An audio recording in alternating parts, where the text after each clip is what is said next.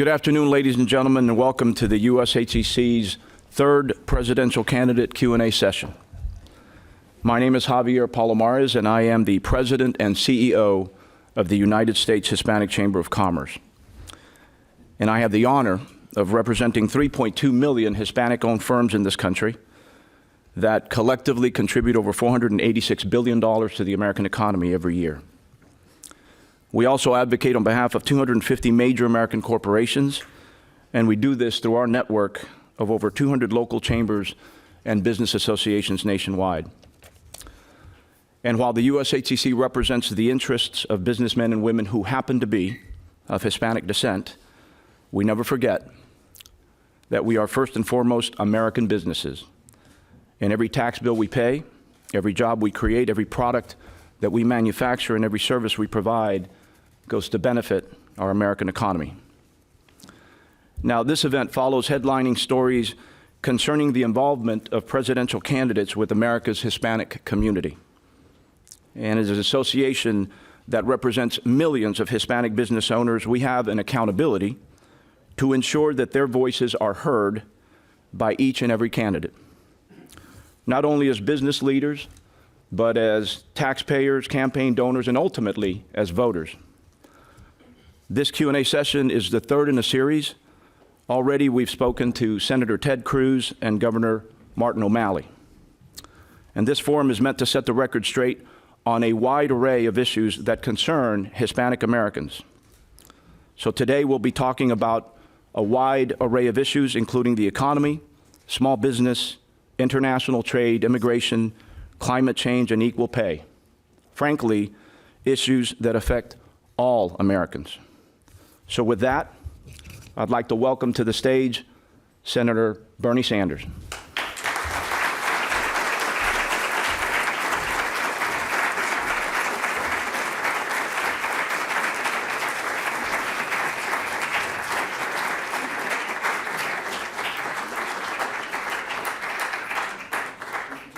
He's getting mic'd right now.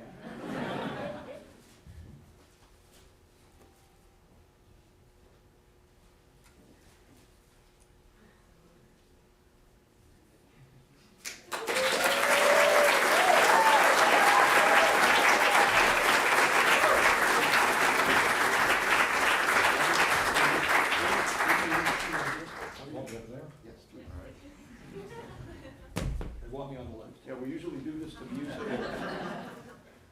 love you, Bernie. Whoa. Jesus, we haven't even started yet. Thank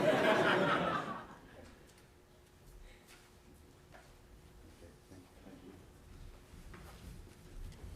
Well, again, thank you very much, sir, for being with us. We've been looking forward to this, and I appreciate you making time to do this. We recognize that obviously you've been very, very busy here of late, so it's important to us that you found the time to do this. Thank you. I want to get your take right off the bat on the primary landscape. Now, we know that you've made significant gains since announcing your candidacy, and you're averaging, I think, around 19% in national polls, more or less. However, that still compares to Secretary Clinton at around 60%. So the question is, Mr. Senator, are you, as they say, ready for Hillary? And what do you plan to do to stay viable to win the nomination? Well, Javier, let me begin by thanking you very much for inviting me. This is a wonderful turnout. Thank you all for being here. We start this campaign and go into this campaign absolutely as an underdog. We make nothing else to say. We are the underdog. If you and I were having a chat three and a half months ago, and you asked me whether I was going to run for president, I would have told you that I really did not know. My wife was not all that excited about the idea. My wife is a very smart woman. So we kind of new into this game. I think it's fair to say that Secretary Clinton has been thinking about this for a lot longer than I have. And let me tell you some of the issues that we were struggling with when we were contemplating whether to get into this or not. And it has everything to do with the answer to your question. Number one, did we have a message that would resonate with the American people. And that message is that for 40 years, the middle class of America has been disappearing while the wealthiest people and largest corporations are doing phenomenally well. And do we need fundamental changes in the way we do economics and politics in America? I thought that that message would resonate. It is resonating. The second question that we had to tackle is that as a result of this disastrous Citizens United Supreme Court decision, which in my view is one of the worst decisions ever rendered by a Supreme Court, which basically says to the wealthiest people in America, you can buy elections. You want to run for office? People will line up and they will give you hundreds and hundreds of millions of dollars. We knew we would be outspent, but we thought we could raise enough money to run a winning campaign. It turns out that we were right. We have gotten over 300,000 individual contributions. You know what they average? $35 a piece. Now that is a different way to raise money than going to a super PAC where millionaires sit there and put in $500,000 or $1 million or $10 million. Can we raise enough money to win? I think we can. The third issue is we understood that Secretary Clinton is very, very well known, that we would have to develop a strong grassroots movement. And we are doing that. Just last night, we had 3,500 organizational meetings in every state in this country. We believe that over 100,000 people came out. So to answer your question, you are right. Poll numbers that you gave are right. But we have the momentum. In early states like New Hampshire and Iowa, we are doing significantly better than the national numbers. So I'm not guaranteeing victory, but I think we have a very good chance to win if we can develop that grassroots movement all over this country. Well, congratulations. I have to say that certainly the message appears to be resonating, so congratulations on calling that one right. Follow-up question, how would you respond to Governor O'Malley's likening your recent surge to that of Donald Trump's, as if saying that both of you are nothing more than a summer fling? I've been doing what I do for many, many years.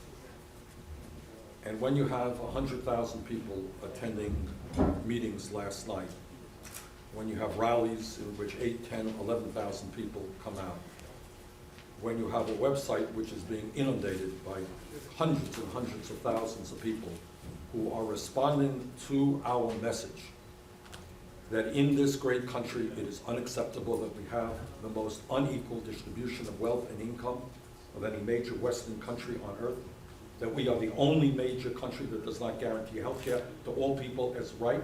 We are the only major country on earth that does not guarantee family and medical leave, paid sick leave, paid vacation time, that the rich get richer and everybody else is getting poor. This is not a summer fling.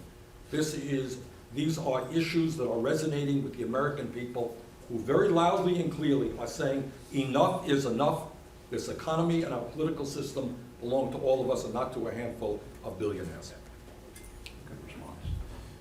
On to the economy and small business. Now, in a Washington Post article, you stated, and I quote, "I would not deny it, not for 1 second. I'm a democratic socialist." Now, one of the most distinguishing factors of your candidacy is that you have very openly claimed to be a socialist. And while the USHCC kind of stands for a strong free market economy where entrepreneurs should be able to pursue their American dream, with limited, by the way, government regulation, I find it very commendable to see that you're not shying away, not for a second, from your beliefs. In fact, we respect that very much. And at the end, what we respect most of any candidate is transparency and consistency. However, as a business organization, your views do concern me a bit. So the question is, Bernie, how would the Sanders economic platform translate into growth for American small businesses? Good question. Before I answer this very important question, let me back it up and put it into a context. Before we decide how we go forward, we have to know where we are today. And sometimes we don't discuss that enough. Where we are today is that median family income in America is $5,000 less, almost $5,000 less than it was in 1999. Where we are today is that we have the highest rate of childhood poverty of any major country on earth. Where we are today is that 45 million Americans are living in poverty. Where we are today, Javier, is that a recent study came out from the Economic Policy Institute, and this is what it said about youth unemployment. For high school graduates between 17 and 20 who are white, real unemployment is 33%, Hispanic youth unemployment 36%, African American youth unemployment 51%. 35 million people have no health insurance. We have a child care system which is a disaster. Working families, in most cases, are not confident they can find affordable quality child care. That is some of the realities of the American economy today. And you asked me, am I a democratic socialist? I am. What does that mean?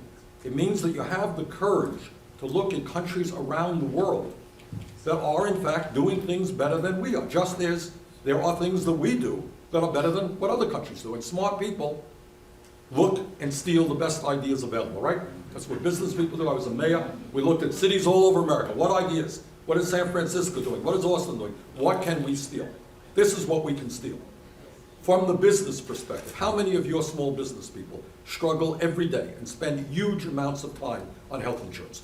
Correct? An incredible large portion. Right. And I would think that a small businessman would like to spend his or her time worrying about their business, how their business is going to grow, not figuring out, talking to 87 different people as to how they're going to get affordable health care for their workers. Yes? Is that a fair statement? Yeah, absolutely. All right. Every other major Western country has health care as a right. Now, how about, not only will that be a benefit to the people of this country, it takes the burden off a small business. Is that a good idea? I think it is. We are the only major country that doesn't do that. What about family and medical leave? Today in America, a low-income woman gives birth, she has to get back to work in 5 days. Is that right? Is that morally right? I don't think so. We are the only major country that does not provide family and medical leave. What about education? You know and I know that this country does not grow unless we have a good educational system. There are hundreds of thousands of bright, qualified young people in America today who desperately want a higher education. They can't get that education. You know why? They can't afford it. That's why I believe we should make public colleges and universities tuition free. I think it helps the business community. It helps America. So when I talk about democratic socialism, I'm saying take a look at what's going on in Sweden. Free college education, free health care. I think it makes sense to look at countries that are doing good things for working families. Taxes, all right? I'm sure we may have a disagreement on this. We may. We may. But let me be very frank.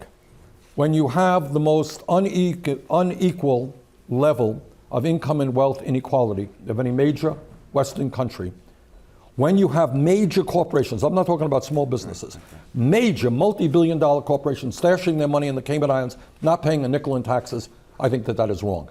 And I will do away with those loopholes.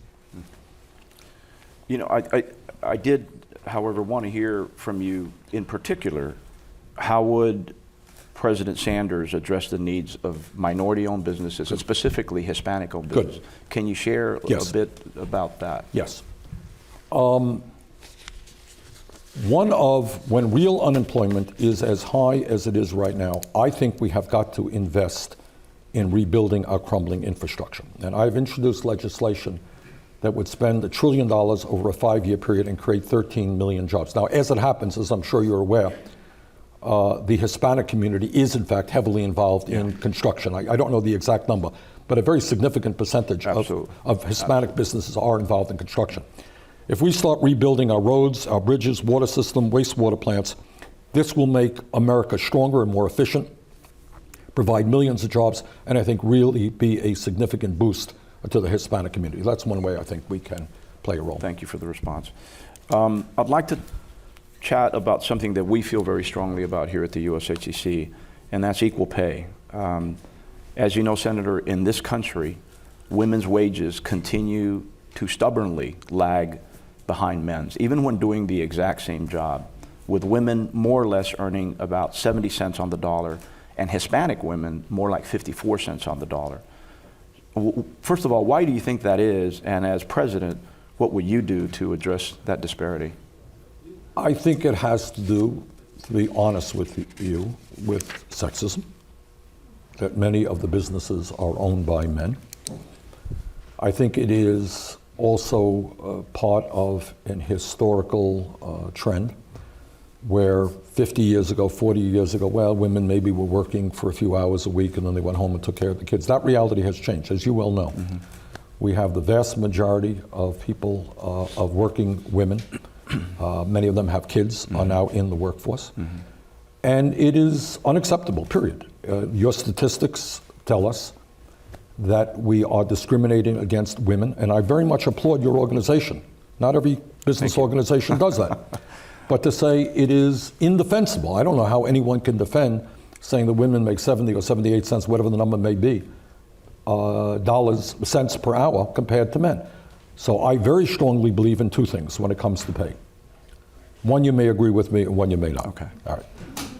First one I do agree with and have strongly supported in the Senate is we have to move toward pay equity for women workers. End of discussion.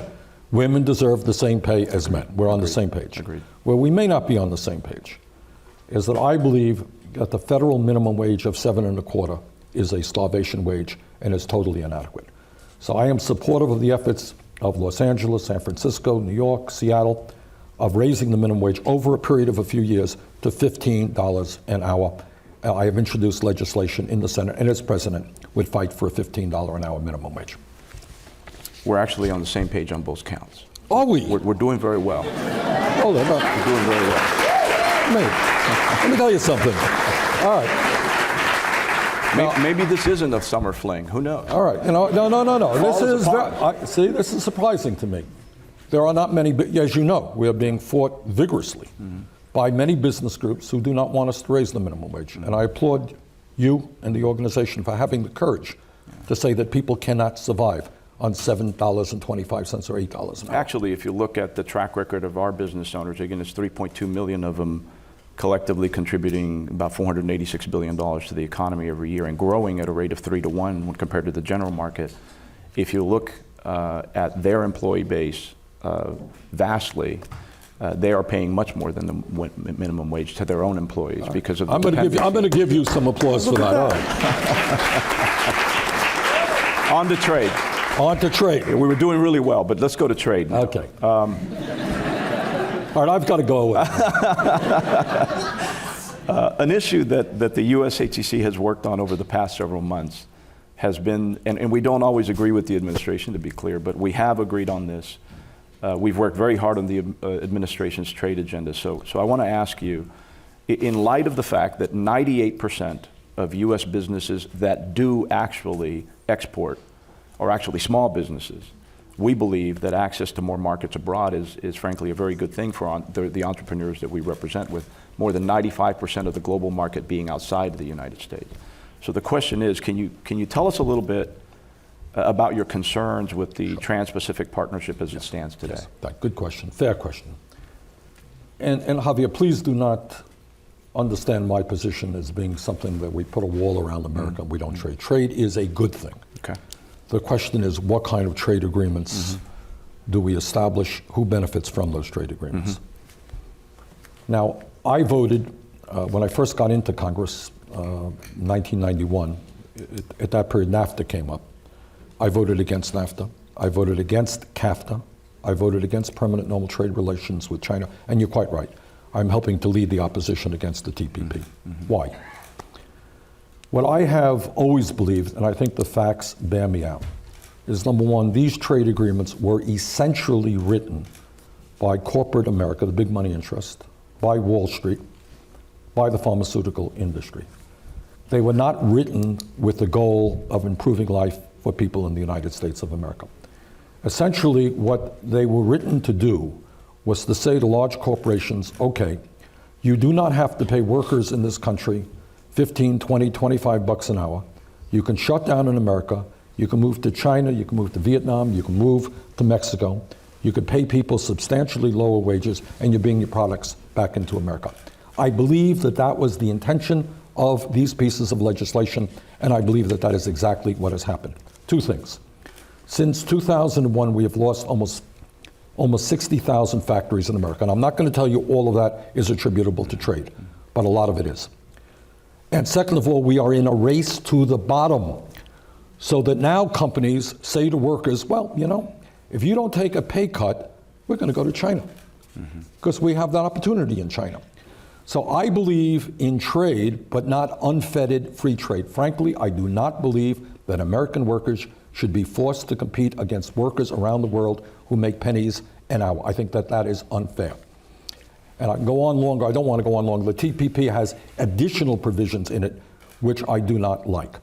So what I want to see is a trade agreement which works for the middle class and working families of this country, as well as people around the world, not just for the CEOs of large corporations. So a track record against NAFTA, CAFTA, TPP, et cetera, would you classify yourself or characterize yourself as anti-trade? Nope. I am anti that philosophy of trade agreements. I am anti a trade agreement which results in jobs being lost in America. And let's be clear, we have lost millions of jobs as a result of these trade agreements. I am against that. But I believe we can establish trade policies that work for small business, that work for workers in our country, work for people in other countries. But that has not been the philosophy behind the trade agreements that I have seen in the last 20 years. Okay, fair enough. On to one of your favorites, financial institutions. The USHCC works very closely with, frankly, the broadest array of financial institutions in this country because they provide billions of dollars every year in SBA loans. They are a reliable source and ready source of credit and capital for our small businesses. However, when it comes to large financial institutions, you have, I think, a similar position to Governor O'Malley's regarding kind of reinstating the Glass-Steagall Act, and which ultimately I think would break up some of the largest banks. By the way, a position that Secretary Clinton does not support. Can you explain to us and my members why we should be supportive of your stance on financial institutions? Yes, okay. It's a huge issue. Here's where we are. And by the way, this has been my view for a very long time. We have 6 of the largest financial institutions in this country who have assets equivalent, assets of about $10 trillion, which is equivalent to about 60% of the GDP of the United States. So point number one, you have a handful of huge financial institutions that have enormous economic clout. They issue a significant amount of the mortgages in this country and the credit cards in this country. So the first issue is, for a vibrant economy, do we think it is a good idea for a handful of financial institutions to have that much economic clout? Is that what a vibrant free enterprise economy is about? I think not. And to be honest with you, I think if Teddy Roosevelt were alive today, he would come in here and say, you got to break these guys up. They're too big, they're too powerful. Second point, everybody in this room understands what happened in 2008. And let's be very clear. In my view, to a significant degree, the business model of Wall Street is not to get money out to your people, to small businesses. I believe in a boring banking system. People put money into banks. Banks lend out money to small and medium-sized businesses who create jobs, help people buy homes with mortgages. That's called old-fashioned, boring banking. That's what I believe in. What Wall Street has done is create a business model which says we really don't care about small and medium-sized businesses. What we care is about being an island unto ourselves, coming up with the most esoteric financial tools imaginable that nobody in the world knows, but enables Wall Street to make huge, huge amounts of money in highly dangerous and speculative activities. That led us to the Wall Street crash of 2008, which created the worst economic downturn since the Great Recession. I personally believe that the business model of Wall Street is fraud. I do not trust these guys. I do not believe these guys. I do not believe that they care about the economy of America. I think they care about themselves. I want a banking system where you have small, medium-sized banks where your people can walk in and somebody says, I know who you are, I know your history, you're going to get a reasonable price loan. You're part of the community. I know you. I do not want to have people as an island unto themselves, separate from the productive economy. So I believe very much, number one, and this has been my view for many, many years, if you check my record, you will find when I was in the House, I was a member of the House Financial Services Committee that dealt with deregulation. And we had the Clinton people, and we had the Republicans coming before us. And you remember what they said? They said, it's a great idea if we merge investment banks with commercial banks, with large insurance companies. It'll be great for us internationally. I never believed it for 1 second, fought against it. So to my mind, what we have to do is A, reestablish Glass-Steagall, maintain those separate entities. But second of all, more importantly, we have got to break them up. I think the economy will do much better. I think your people, small businesses, will have access to affordable loans much more readily than is currently the case. And I want to clarify, I know that when you say your people, you mean American small businesses. Right. I know that. Right. No, I mean, that's a big, No look, heckling. this is a huge issue. We're going to get to that issue in a second. Okay. Energy and the climate. Good. Let's talk about energy and climate change. I think this week you challenged Secretary Clinton on the Keystone Pipeline, saying, and I quote, "It's hard for me to understand how one can be concerned about climate change but not vigorously oppose the Keystone Pipeline." So the question is, what is your plan to strike a balance between facilitating business growth, promoting energy independence, while at the same time protecting the environment? Javier, let me reverse the order of that question. Okay. I believe in what Pope Francis said in his recent encyclical. I believe that climate change is the great environmental planetary crisis that we face. And I think that we have a moral responsibility to leave this planet to our kids and our grandchildren. I have 7 beautiful grandchildren, in a way that is habitable. So I have to reverse the order of your question. Mm-hmm. And then the question is, how do we do that? Mm-hmm. And I have to tell you that the way you do it is have the United States of America lead the world. We can't do it alone. This is a global problem, working with China and Russia and India and countries all over the world in transforming our energy system away from fossil fuel into energy efficiency and such sustainable energies as wind, solar, geothermal, and other new emerging technologies. The debate is over. The scientific community has told us loud and clear that climate change is real, caused by human activity, and already causing devastating problems. So for the sake of the planet, how do we go forward? And I think President Obama has made some fighting against a whole lot of people who refuse to even accept the reality of climate change, has made some good initiatives. But we have got to go further if we are going to save this planet and lead the world in transforming our energy system. Number 2, how do you do that? Well, I think one of the ways you do it in terms of energy efficiency is making, in terms of climate change, is moving aggressively toward energy efficiency. Our rail system lags far behind Europe, Japan, and even China. We can take an enormous number of trucks off the road by having a modern rail system. We also need to be weatherizing homes all over this country and buildings as well. We have seen huge growth in solar, despite opposition from Republicans in Congress and in wind. We need to subsidize, provide tax credits for sustainable energy. So to my mind, saving this planet for our kids and our grandchildren, preventing droughts and floods and extreme weather disturbances is a huge priority. And I would invest very heavily in transforming our energy system. Well, I would argue the point, but since you brought in the Pope on your side of the issue, I mean. So on to race relations. Let's talk about this a bit because, and first, by the way, I want to commend you for your long-standing track record, proven track record, and the work you've done in promoting civil rights and equality for decades, frankly. Thank you. And like you, the USHCC believes in fair treatment and inclusion of all communities. But with that said, given the recent protests that transpired at the Netroots Convention, as well as the criticism that you've received for your response to those protests, can you talk to us a bit about this troubling and frankly persistent problem in America. As president, how would you address the racial tensions that still stubbornly exist in this country? You're right. They still stubbornly exist. There is no question about it. And I think anybody who has seen, one of the, I suppose a positive development is if anybody thinks that African Americans were not beaten and killed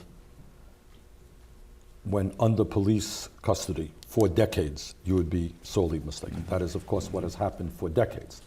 The difference now is a lot of that activity and those actions are being recorded on cell phones. And the whole world is seeing what the world did not see before. So here's what I think. I think that we have made progress in terms of race relations in this country, or else we would not be having an African American as president of America. We should be proud of that.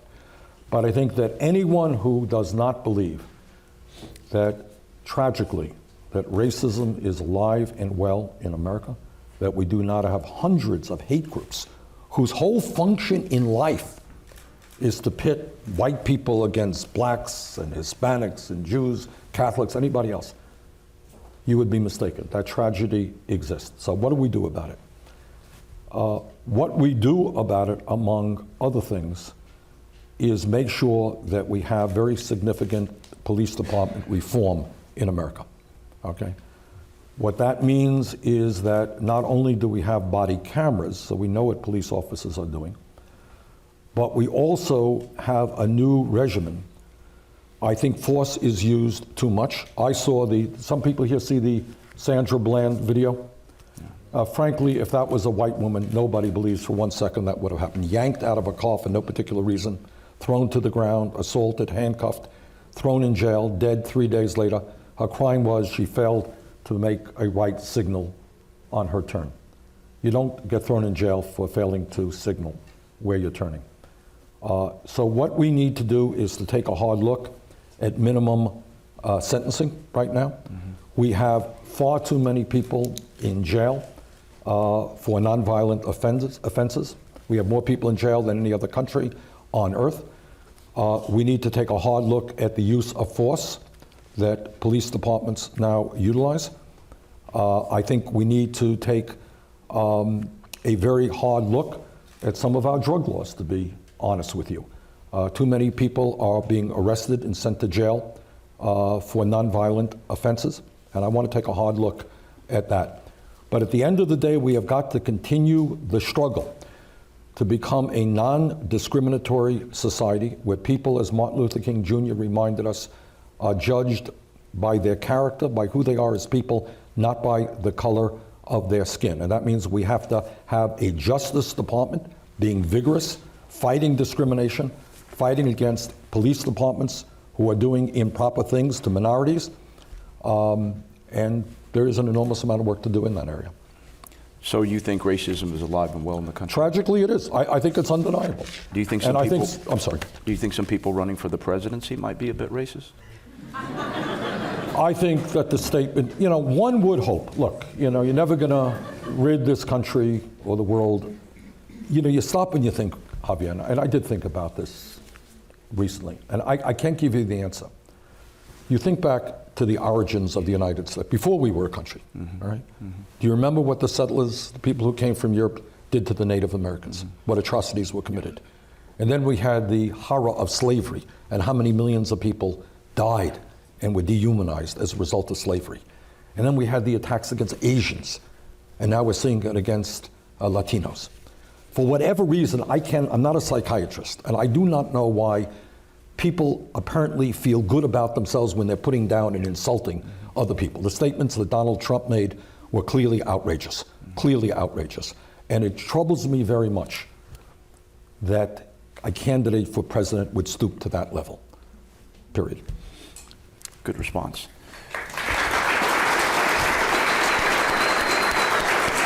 So, on to the Hispanic electorate.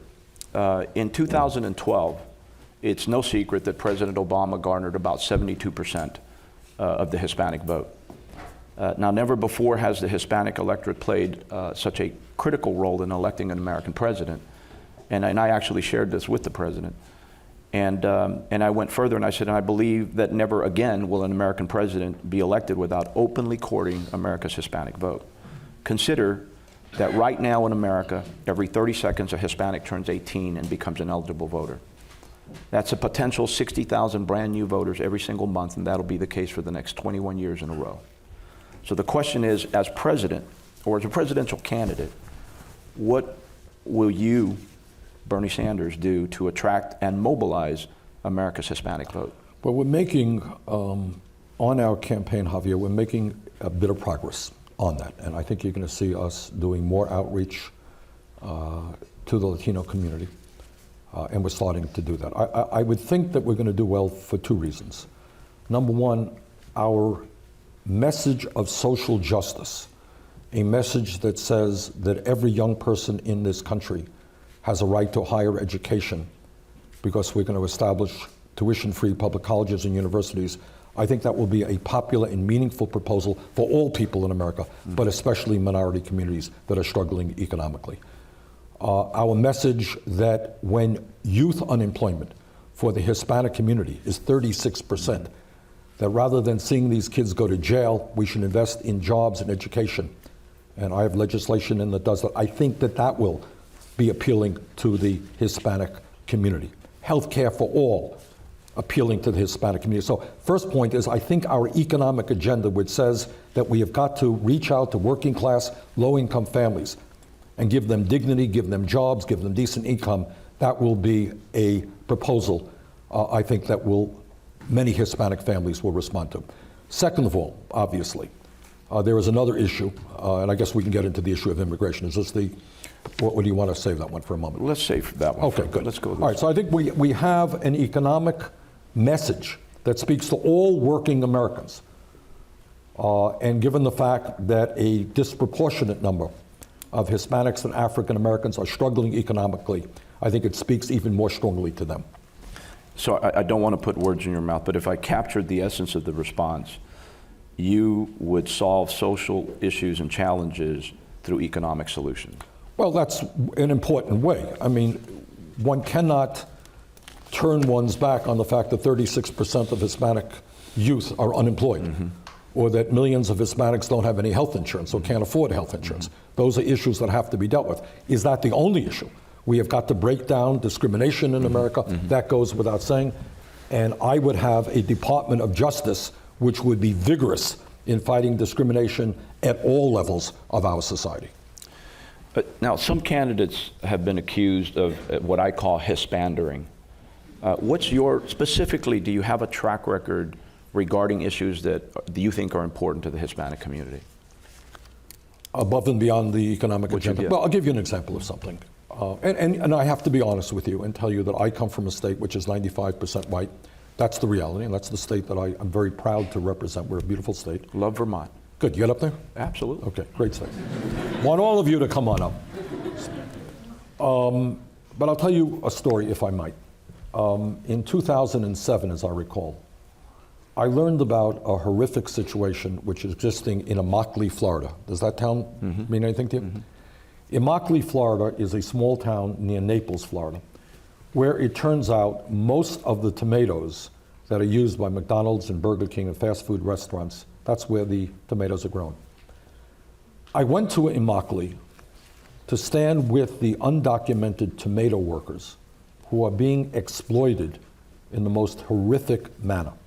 Because they are undocumented, they really have no legal rights as well. And if you can believe it, coincidentally, on the day that I was in Immokalee, front page story in the local paper is that a local contractor there was charged, you know what the crime he was charged with by the U.S. Attorney?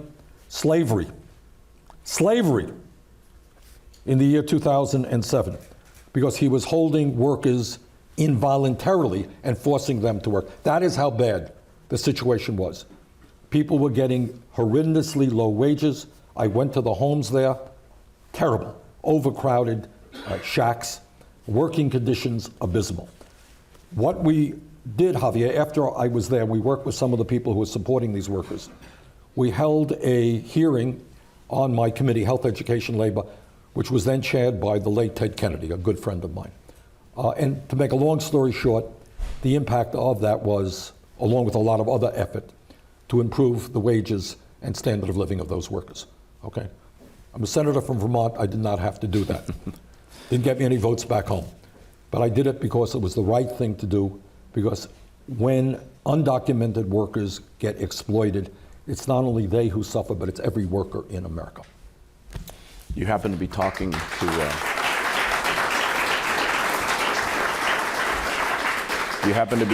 to an English as a second language son of immigrants who grew up in a migrant farm camp. So thank you for doing that. I don't get paid for my personal opinion, but that is my personal opinion.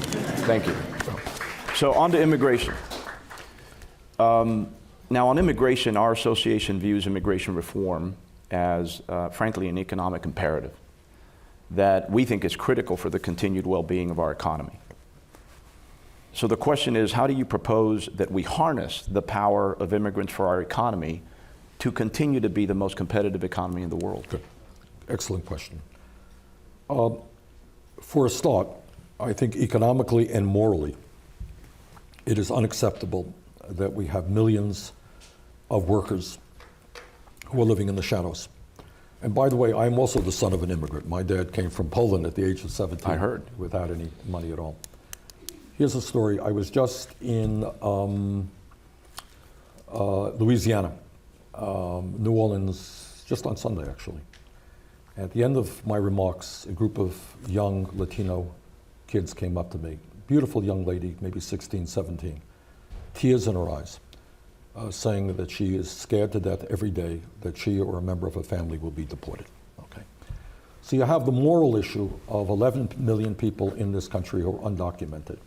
Some of my Republican colleagues apparently think that the solution is, I guess, in the middle of the night to round up everybody and throw them out of the country. I mean, I think that anyone is thinking about those kinds of ideas is ugly beyond belief. Clearly, what we have got to do is provide comprehensive immigration reform and a path toward citizenship. Now, that is not only the right thing to do for those people in this country, but to your point, economically, it is the right thing to do. When people, workers who are undocumented, have no rights, when they're not getting the benefits and the taxes that they're paying, it impacts the whole economy to the tune of many, many, many billions of dollars. And let us also be clear on 2 points. Maybe you agree with me on this one, maybe you don't. The first point is, I'm sure you do agree with me, if suddenly every undocumented worker in this country disappeared, the economy would collapse, especially in agriculture. Absolutely. We all know that, all right? No great secret, it would collapse. And in many other areas, construction. The second area is, people talk about illegal immigrants. Well, there's such a thing as illegal employers as well. People do not come over the border and get jobs without the full expectation that their employer understands exactly what's going on, will pay them under the table, and in fact, exploit them. And I find it very interesting that many of my law and order friends, politicians, ignore that simple reality. So to your point, the economy becomes stronger when people have legal status, when people do not have to worry about being picked up and deported, where families are separated. The economy becomes stronger when people are part of our workforce, earning decent wages, spending money, holding their heads up high. So I believe as quickly as possible that we should provide legal status to undocumented workers. I think our policy should be to bring families together, not separate them. I applaud President Obama's actions, executive actions. I think we probably want to go further. We certainly, in the long run, need to demand that the Republicans in Congress stop turning their backs on this issue and pass comprehensive immigration reform. I'd like to ask a quick follow-up. Recently, I think you criticized a portion of the Gang of Eight bill for wanting to raise the cap of H-1B visas from 65,000 to over 200,000. Yes. On that portion of the bill, yes, you do not agree. Here's the story. When we talk about, to my mind, and argue with me if you want, but here's the way I look at it. You're the host. You can do that anyhow. You don't need my permission. I see two issues. I see the absolute need to provide legal status and protection to the undocumented people who are in this country right now, some 11 million people. and a path toward citizenship, I would go faster, frankly, than the bill passed in the Senate would. And I would not tie it to construction of the border and all that stuff, the border wall. But here's where I do have concerns. There is a reason why Wall Street and all of corporate America likes immigration reform. And it is not, in my view, that they are staying up nights worrying about undocumented workers in this country. What I think they are interested in is seeing a process by which we can bring low-wage labor of all levels into this country to depress wages in America. And I strongly disagree with that. Mm-hmm. I mentioned to you a moment ago that unemployment rates for kids in this country, high school kids, white 33%, Hispanic 36%, African American 51%. I frankly do not believe that we should be bringing in significant numbers of unskilled workers to compete with those kids. That's my view. I want to see these kids get jobs. And as part of that immigration bill, by the way, passed a couple of years ago, I managed to get $1.5 billion program in it for youth in this country to get jobs. Mm-hmm. Okay, so that is my view. I see it as two separate ones. H-1B, here's the story. You have many corporations who say, well, you know, I can't get the high-tech guys that I need, right? Mm-hmm. That's what they say. I think in some cases that's probably true. There may be a specialty, they can't find that worker. But on the other hand, I have talked to too many people in the high-tech industry who are saying, you know what? There are hundreds of people in this country who would like to do that work. What these corporations are doing is going outside of the country so they can pay people from Russia, Eastern Europe, lower wages than they can American high-tech people. I think that that's wrong. So if what a company has got to do, to my mind, is to say, okay, look, we've looked all over New York State, we've looked all over California, we just cannot find any high-tech worker, any engineers, any computer people. Therefore, we'll go out of the country. Fine. But first of all, you have to make sure that you've gone through an exhaustive process to make sure that people in this country can get those jobs. That is my concern. So in your view, you think that these high-tech conglomerates want to bring immigrant labor in so that they can depress wages.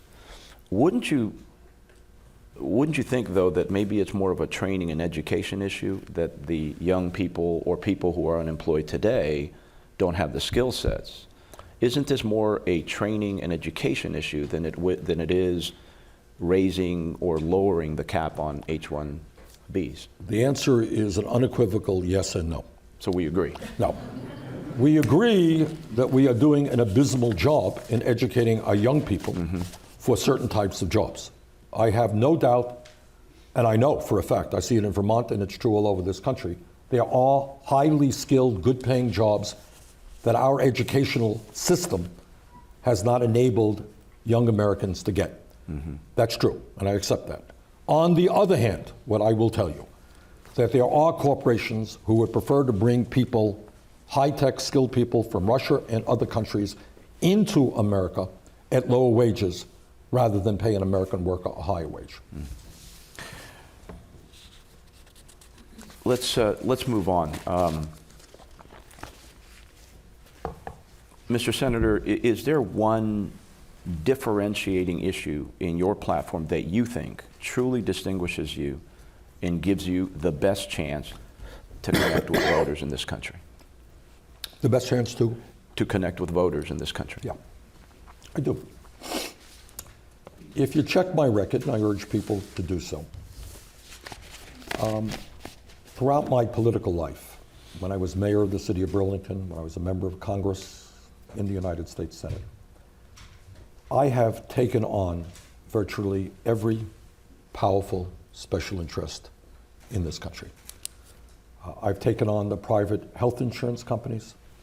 I've taken on the pharmaceutical industry, took people from my state over the Canadian border to purchase medicine at 1/10 the price that women in Vermont were paying for breast cancer drugs, taken on the military industrial complex where you have weapon systems that are huge cost overruns, huge frauds. I helped lead the effort against the greed of Wall Street.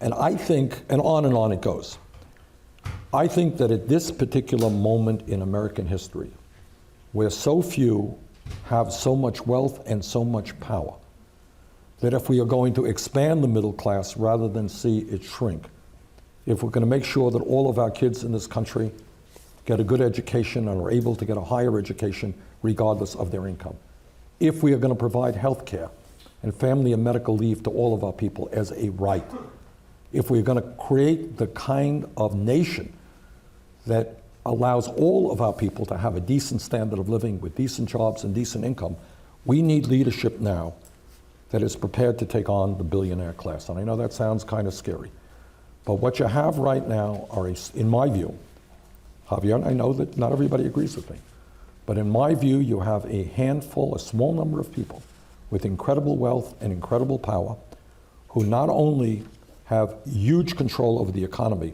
but as a result of Citizens United, huge control over the political process. You tell me, or anybody else can tell me, how would you define a political system in which one family, the Koch brothers, worth about $85 billion, will spend more money in this election cycle than either the Democratic Party or the Republican Party? One family. Does that sound like democracy to you? It does not. To me, it sounds like oligarchy. And what we have got to do is to rally the American people to say enough is enough. This is the wealthiest country in the history of the world. We can provide health care and a decent standard of living to all of our people. But in order to accomplish that, we cannot be naive. And what I have said, Javier, over and over again in my campaign, it's not just about electing Bernie Sanders to be president. I can't do anything, or very little, unless there is a movement of people behind me prepared to stand up to these very, very powerful people. So that is where I think it's not only the agenda that I've outlined to you, which is different than other candidates, but it is the belief that we need a mass political movement. If 80% of young people do not vote as they didn't vote in the last election, if 63% of the American people don't vote, you're not going to see any change in this country, regardless who is president. As a follow-up to that, hypothetically, let's say that you continue to gain momentum in the coming months, but in the end you find yourself on the heels of Hillary, but still end up falling short of the nomination. Do you feel that you owe it to those people and to your supporters who feel very strongly about you? I mean, it's pretty clear they feel the burn. If they called upon you. And it looks like we have a few in the room as well. I think you, if they called upon you, would you run as an independent? No, no. The answer is no. And here's why. I am the longest serving independent in the history of the United States Congress. And as I was contemplating what to do, one of the decisions that I had to make, and there were a lot of people who said, Bernie, you know, you are an independent. The Republican Party is an extreme right-wing party. The Democratic Party is too conservative, too cozied up with big money and corporate America. You got to run outside of the two-party system. And I thought about it. But I reached the decision, which I think was the proper decision, that for a lot of reasons, the only way at this particular moment in history that we can run an effective campaign was within the Democratic primary and caucus process. And that's what we're doing. So to answer your question, if it happens that I do not win that process, would I run outside of the system? No, I made the promise that I would not, and I'll keep that promise. And let me add to that, and the reason for that is I do not want to be responsible for electing some right-wing Republican to be president of the United States of America.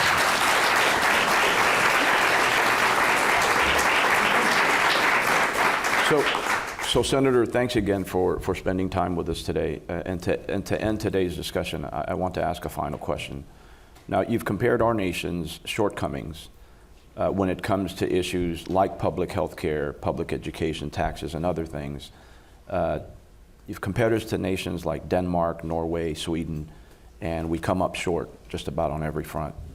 But to put things in a different context, according to our information, Ohio's economy at about $575 billion is slightly larger than Norway's. North Carolina's at a little bit over $500 billion is slightly larger than Denmark's.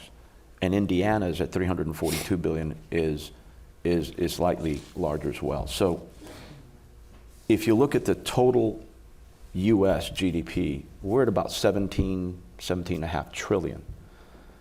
And if you took Denmark, Norway, and Sweden and stuck them inside of America, you could shake it around, and it would roll around in there like a coconut in a rail car.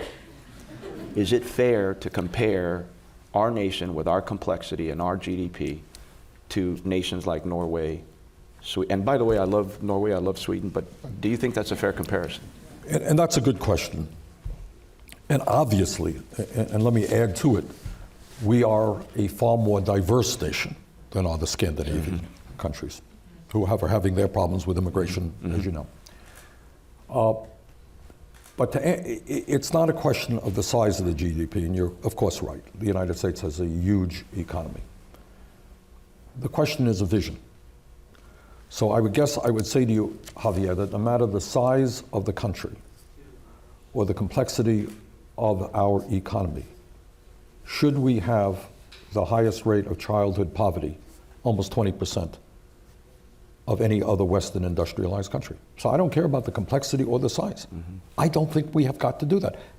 But let me also, should we be the only country? Is it impossible for a large country to have a healthcare system that guarantees healthcare to all people? I live in Burlington, Vermont.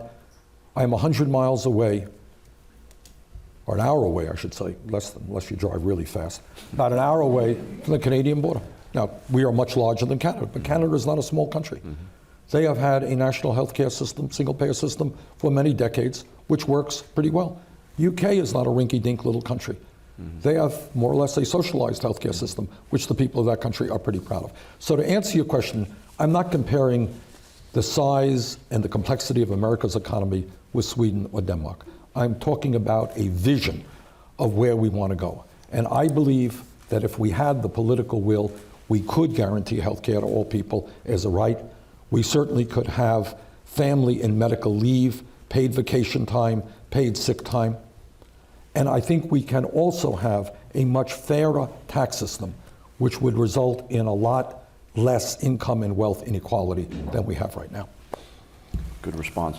I think we have just a little bit of time for a couple of questions from the audience. Are you comfortable with that? Any questions from the folks in the audience? Why don't we begin with this young man in the white shirt right here?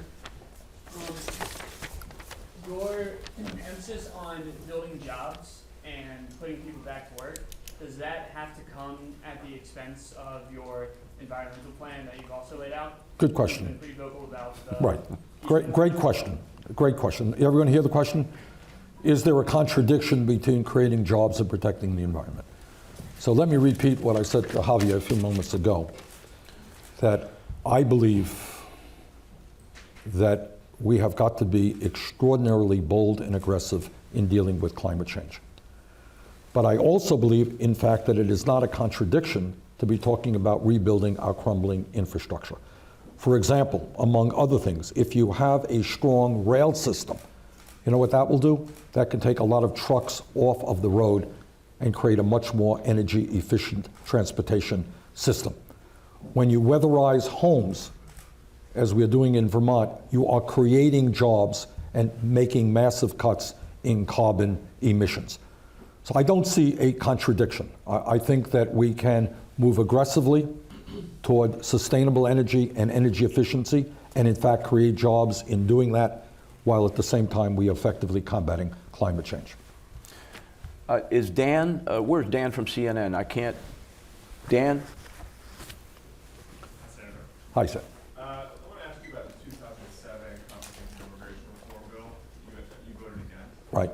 But at the time, you said, I'm going to quote you, the bill says we must strengthen our borders and not allow people to so easily come into the country. That is long overdue and it's absolute right.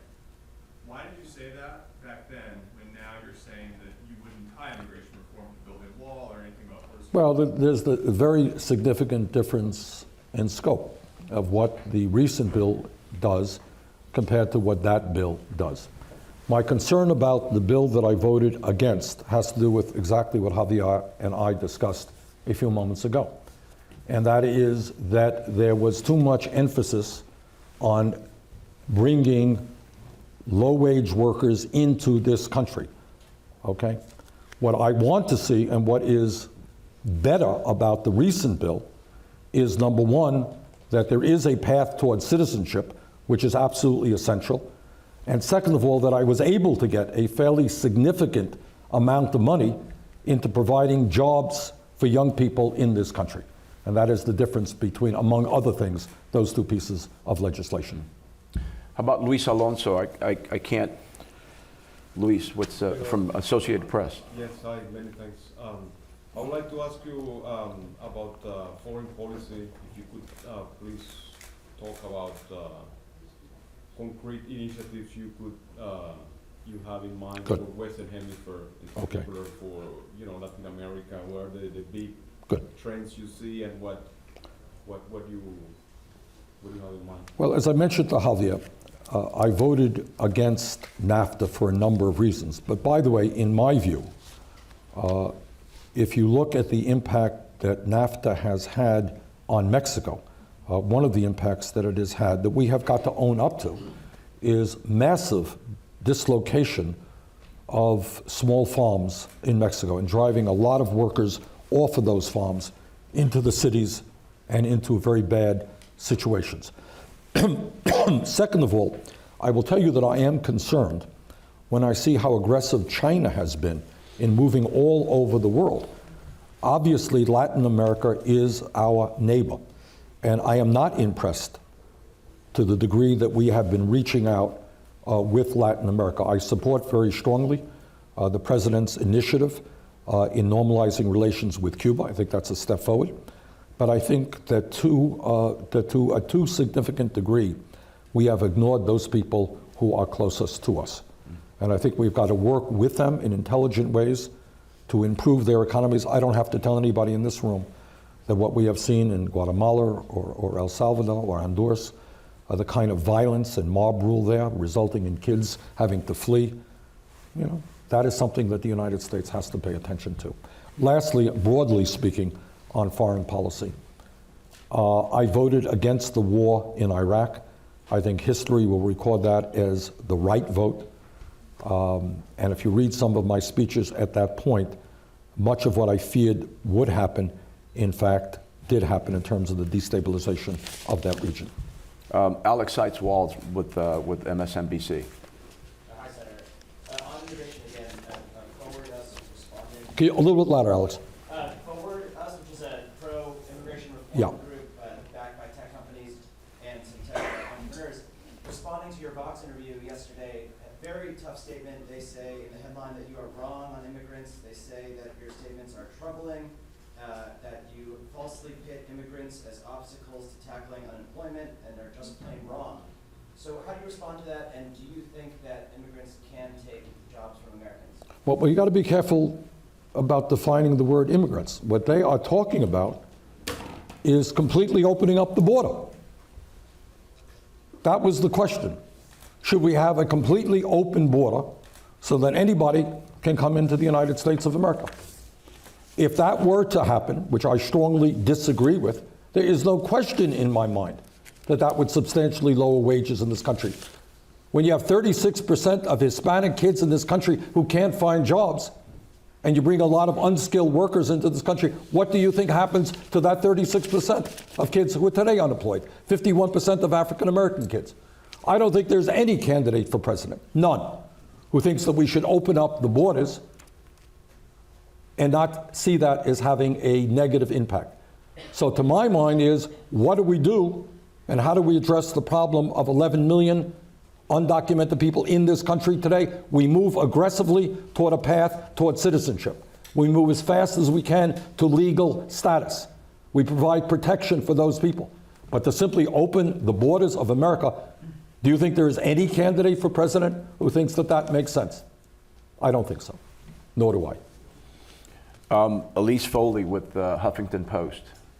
Hi, Senator. I actually wanted to follow up on Alex's question, just more narrowly than open borders, since as you said, nobody's even really proposing that. Do you believe economists are wrong that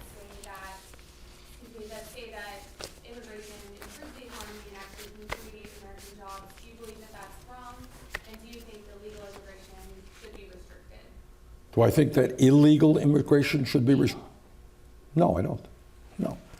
The question that I was asked is essentially an open borders. And I certainly do not agree with that. My father was an immigrant. Immigrants have built this country. Javier's dad was an immigrant? Yeah. That is one of the virtues of America, that we have people coming from all over the world with their own particular set of skills and ideas.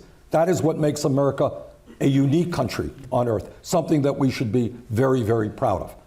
But there is a great difference in saying that we welcome immigrants, that we're going to provide a path towards citizenship for those people and those families that are in this country today, than saying, oh, we're not going to have any borders at all.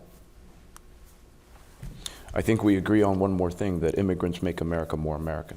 They do. That is a huge part of what makes this country great. Senator, closing thoughts. Well, first of all, my closing thought is to thank you very much for inviting me here today, and thank you for all the work you and the organization are doing. And I want to thank everybody for being here today.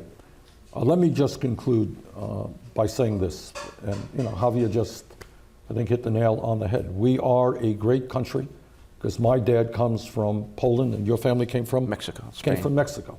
And we have, my wife's family came from Ireland, and we have people whose families came from Africa way back when and from all over the world. That's extraordinary.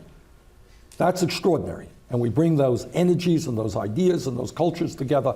We make this a very, very unique country. But I think that today, this country faces some huge problems having to do with income and wealth inequality and a disappearing middle class.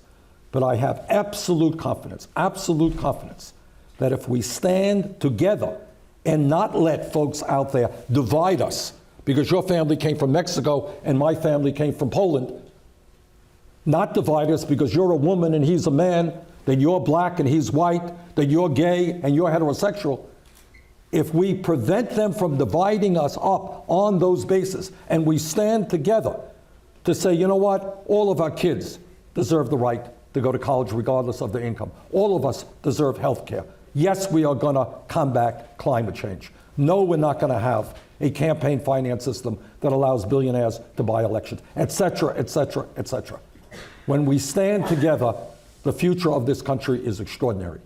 If we allow them to divide us, I worry very much about our future. So, Javier, thank you so much for what you're doing, and I enjoyed being with you today. Ladies and gentlemen, Senator Bernie Sanders.